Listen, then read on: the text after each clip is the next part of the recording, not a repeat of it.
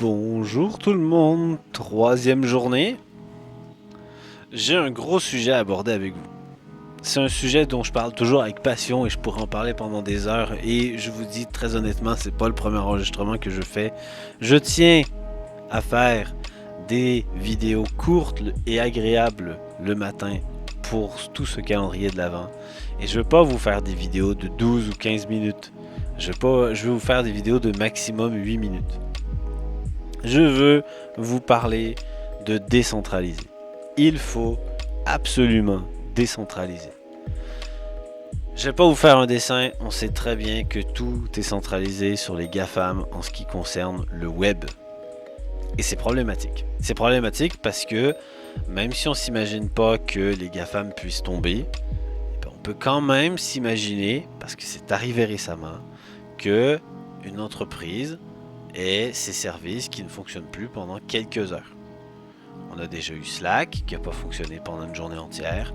On a déjà eu, et je parle de cet automne d'ailleurs, on a déjà eu encore aussi récemment les services de Meta, donc Facebook, WhatsApp, Instagram qui n'ont pas fonctionné au moins 2 fois pendant quelques heures cet automne. On a déjà eu tout récemment un des DNS de Google qui répondait n'importe quoi et peu importe le site où on allait, ça nous ramenait sur les serveurs de Google qui disaient je sais pas de quoi tu parles et qui nous faisaient des erreurs 400 quelque chose.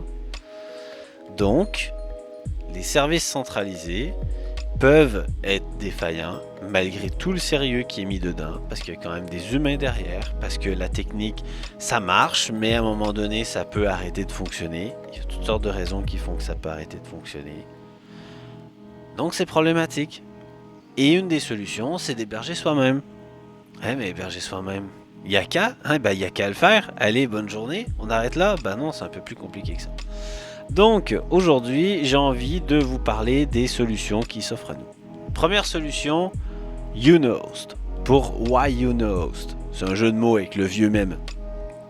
YouKnowHost parce que c'est une solution qu'on peut installer sur un système, sur un serveur, je pense qu'ils vendaient une box à une époque, mais j'en ai pas trouvé de traces là. J'ai pas cherché très longtemps non plus. Et on se retrouve avec une interface avec différents logiciels qui vont nous permettre de partager des images, de travailler sur l'équivalent d'un Google Doc ensemble, de pouvoir partager un agenda. On a des exemples ici là. Ici Charlie, c'est un partage de liens. Et donc c'est très simple. En gros, il suffit de l'installer. Comme on installe un système d'exploitation, ça vient avec plein de choses.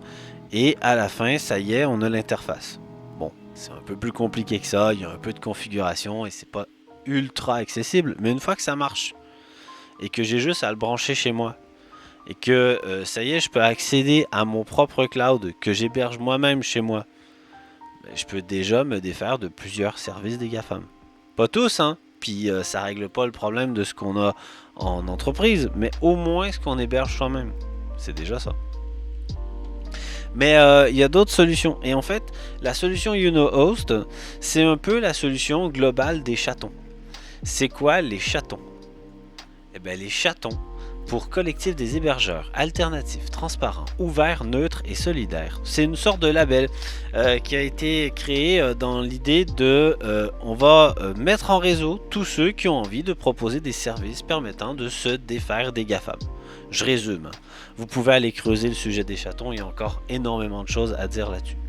Je vais sur je cherche un chaton et je vais pouvoir chercher des chatons soit en fonction du service qu'ils proposent, soit en fonction de la localisation.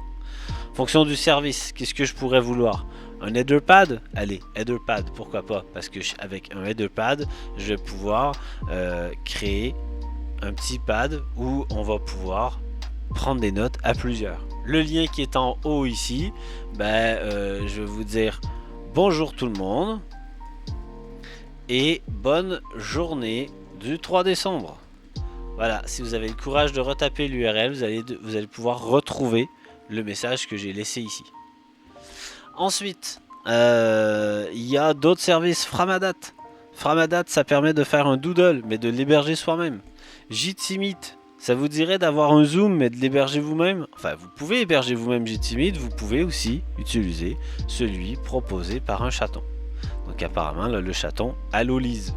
On va aller sur Allolise. allolise.org. Sur Allolise, on devrait avoir la liste de leurs services. Voilà. Donc la possibilité de partager des fichiers, la possibilité d'avoir un chat, d'une visioconférence, d'avoir organiser des rendez-vous, ben ça c'est le Framadat. Je cherche stockage temporaire de fichiers. Ah, c'était pas ce que je cherchais, mais pourquoi pas. Stockage temporaire de fichiers pour partager des fichiers. Petit PDF un peu trop lourd qui passe pas par email. Et ben, au lieu d'aller sur tous ces services où on upload un fichier, ben, on peut aller aussi sur un de ces petits services avec le logiciel Luffy qu'on va pouvoir installer soi-même ou utiliser chez un chaton sans passer par les GAFAM, sans passer par une grosse société qui pompe absolument tout le trafic pour le même type de service. Allez, je m'attarde pas sur les solutions. Des logiciels, il y en a plein. Il y en a plein. C'est un puits sans fond, allez voir. Il y en a au moins un quand même que je vais aller voir un peu en détail avec vous, c'est Nextcloud. Nextcloud, il est absolument génial. Alors, il y a plein de choses à dire sur Nextcloud, sur son origine, puisqu'il y avait OnCloud avant, qui existe encore aujourd'hui.